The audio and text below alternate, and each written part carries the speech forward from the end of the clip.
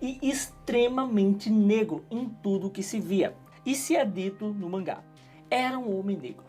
Seu cabelo também, sua pele, suas roupas, seus sapatos, talvez até as suas roupas íntimas, até sua respiração era preta. Talvez até sua voz e seus pensamentos fossem sombrios. E mesmo que a cor do sangue que fluísse sobre sua pele fosse escura, não seria estranho.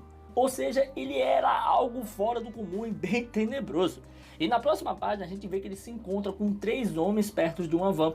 A van acende a luz ali, as suas lanternas, e aí os homens começam a observar aquele homem de pele escura, aquele negro. Onde nesse momento os homens começam a emanar aura e um deles diz: "Você é o senhor Kuga de Yumei, certo?" E ali o homem diz: "Sim." E ainda narrando-se é dito: além de tudo, sua voz era sombria. E aí voltamos para aquela conversa onde o homem encarando o Yumei dizia: "Pensando bem, Yumei, ouvi uns rumores." E Yumei pergunta: "Que boato?" E ali ele volta a dizer: "Dizem que você é um cara cruel." E Yumei pergunta, se ele estaria elogiando ele. Até que em certo momento o homem diz que sim, com certeza. Os outros estavam ali preparados e começam a rodear Yumei, indo para as laterais dele, um pouco mais para as costas. E ainda assim o que estava na frente continua a falar: "O chefe me disse para não te matar." E outro diz: "Mas também disse que não há problema se matasse." E por consequência vem outro homem e fala, mas é claro, bastante empolgado, até botando a língua para fora de tanta excitação para uma possível luta. E aí que o Kuga começa a falar: "O chefe é Kazuga, o Goblin. Se ele está preocupado, ele pode vir diretamente." Dizendo que ele poderia diretamente entrar em contato com o Kuga para conversar sobre alguma questão. E aí o subordinado desse Kazuga acaba dizendo: "O chefe do seu lado também não saiu. E o nosso chefe não sabe como fazer isso com moderação. Todo o seu corpo seria dilacerado." Literalmente, botando pressão ali, dizendo que o Kuga não seria de nada. E ali o Kuga acaba dizendo: "É Kazuga, o estripador, não é?" E ao ouvir isso, o próprio homem diz: "Sim, mas nós não somos tão ásperos. Se levarmos uma orelha para o chefe, a participação do grupo Akita será de 20% das vendas." Ele explicando sobre justamente uma forma de amenizar essa treta, não ter que lutar ou até mesmo matar ou algo do tipo. E aí o Kuga pergunta: "E se você não puder?" E novamente o homem volta a falar, "Será 50% das vendas." Você não ouviu? Dizendo que iria aumentar porque ele ia se lascar de todo jeito e aí aumentaria mais ainda a treta. Perguntando também se ele tinha ouvido alguma coisa do seu chefe ou algo do tipo. E aí o Kuga começa a explicar: "Não, eu não ouvi, não sei. Tudo que eu ouvi é que ele quer fazer com que o lutador profissional de Kyoku, de Sunuti, não compita na partida de amanhã." Ou seja, já é outra parada. Enquanto um quer falar sobre a disputa de vendas, de mercado e quem vai ganhar mais lucro na luta, outro já quer que um competidor não participe na luta. E é nesse momento que Kuga vai até mesmo mostrando seus músculos contraindo. E um dos lutadores chega a dizer: lutador profissional do Extremo Oriente diz não gostar disso. Aí, como se ele quisesse dizer que não gostava do que estava vendo, e os lutadores do Extremo Oriente tá nem aí, que é o grupo relacionado ao Kazuga, que é o grupo Akita, E aí o outro começa a falar, que então o que você vai fazer, quem quer cortá-la você mesmo, ou nós faremos, dizendo assim: tu vai cortar tua orelha, insinuando algumas coisas para o próprio Yumei Kuga. Na página 20, na próxima, o Yumei Kuga começa a ficar cada vez mais tenebroso, mais sombrio, começa a sorrir de uma forma diabólica. E ele vai dizendo: "Nós 3 nos damos bem. Triturador Ito." Quando o Ito escuta aquilo, diz: "Peraí, que? Você me conhece?" Novamente o Kuga fala: "Bombardeiro Denzuki." O bombardeiro fica surpreso com aquilo também. E depois ele acaba dizendo o nome do outro, que é o Ouriço Shintaro. E aí ele acha muito interessante aquilo e fala: "Opa!" Ele fica bem empolgado.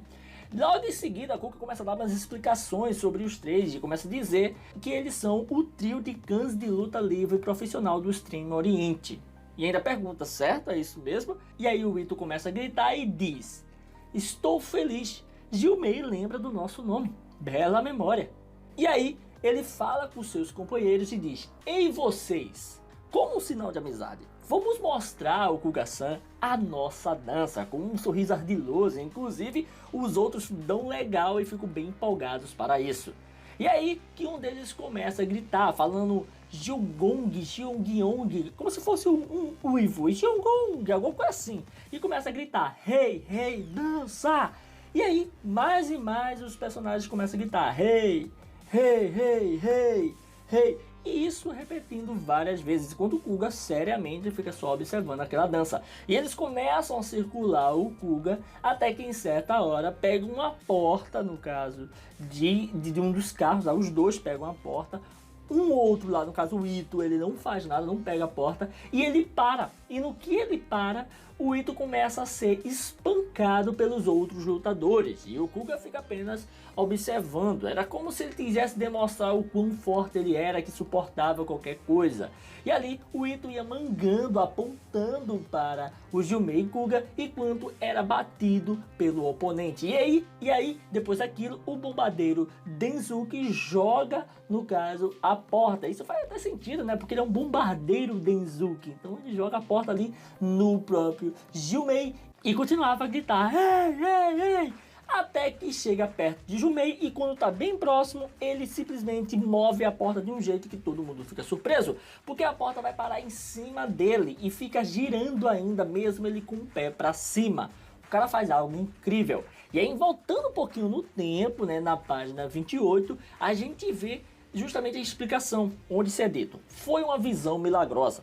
Ele não parou apenas chutando a porta voadora por debaixo. O que o Jumei realmente fez? Ele levantou a porta com a única perna. Ele fez isso tão rapidamente que parecia algo preguiçoso, algo desleixado ou algo simples de fazer. E aí, na outra página, a gente vê o Jumei olhando fixadamente para eles, e ali se é dito: seria impossível sem o apelo, o ângulo, a técnica precisa e o bom senso de equilíbrio a ser colocado. Não daria para fazer aquilo. E aí Jumei acaba dizendo que eles são viadinhos, botando mais lenha na fogueira. E aí um bombardeiro Denzuki vai com tudo e vai gritando, né? Então vamos dançar juntos, Kuga-san! E ali, no meio daquilo, o Kuga chuta a porta para cima e desce com o seu calcanhar na cabeça, na testa ali do Denzuki, onde ele cai com tudo. O outro vem com outra porta, tentando, no caso, ferir o Kuga. E aí, antes que chegasse nele, ele simplesmente pega a porta que estava caindo e a usa como escudo, chutando ela contra o, no caso, Shintaro, Ouriço Shintaro. E ali impede onde as duas portas saem, ele sente dor. E a gente vê, né, que os dois ficam caídos ali, eles começam até a reclamar, um fazendo barulho com a boca, o outro também. E logo em seguida, um sai pulando, gritando, desesperado, como dizendo: toma essa, vou te pegar! Algo do tipo.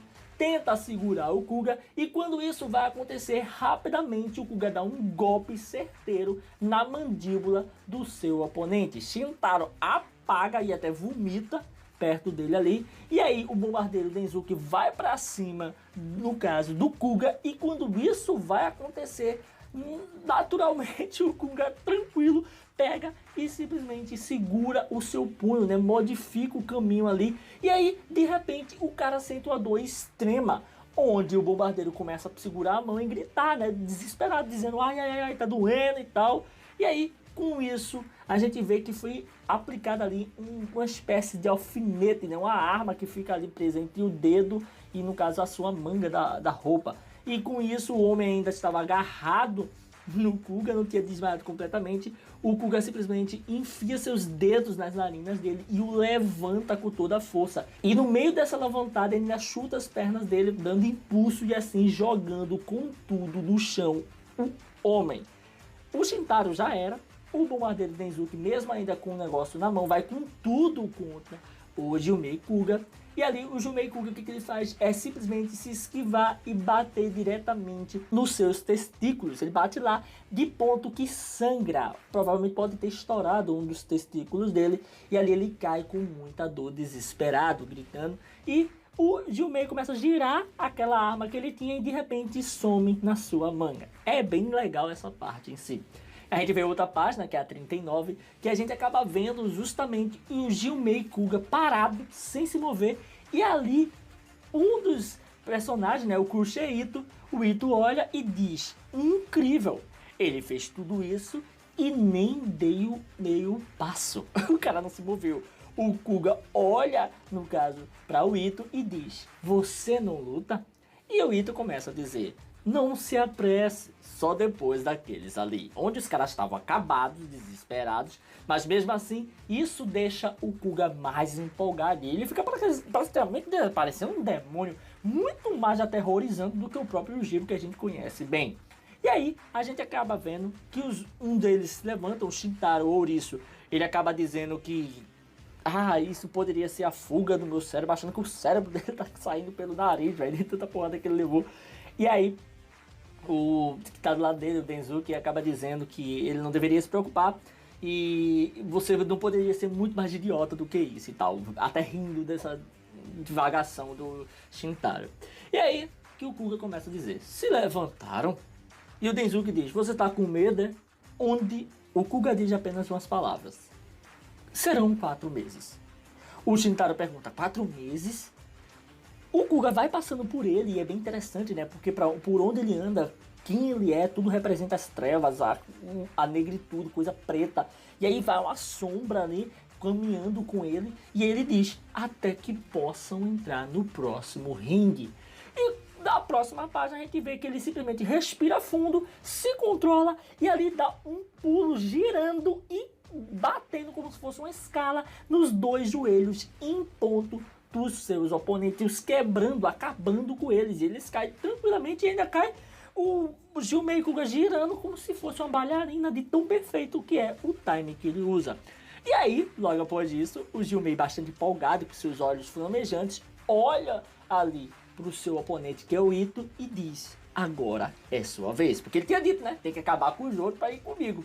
E aí, o Jumei vai olhando para ele, é muita fumaça negra que sai ali de Jumei, é bem interessante isso.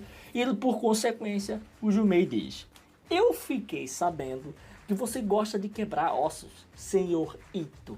E o Ito começa a explicar tudo o que representa ele para o Kuga entender, né? E ele diz: é um pouco diferente, eu gosto de ouvir os gritos. Disse que às vezes é como quebrar um selo, sabe? É nosso negócio lidar com eles, mas onde ele vê um novato indo lutar e tal, alguém desafiando ele, alguma coisa assim. E aí a luta corre e ele diz que é divertido ver os caras gritando. Esse cara tá gritando desesperado pra caramba, tinha perdido. E aí o próprio Ito perguntava: desiste? E aí simplesmente o cara começa a gritar, dizendo que você conseguiu, eu desisto. E mais uma vez o Ito fala: desiste. E nisso o cara começa a entrar em desespero, dizer: ei, espere um pouco, pare. E no fim, o que acontece é que ele só grita e o seu braço é completamente quebrado, né? A gente vê ali as fibras quebrando, tudo explodindo. E o que acontece é que o Ito, ele começa a botar a língua pra fora, entrar em êxtase, né? Ficar até corado.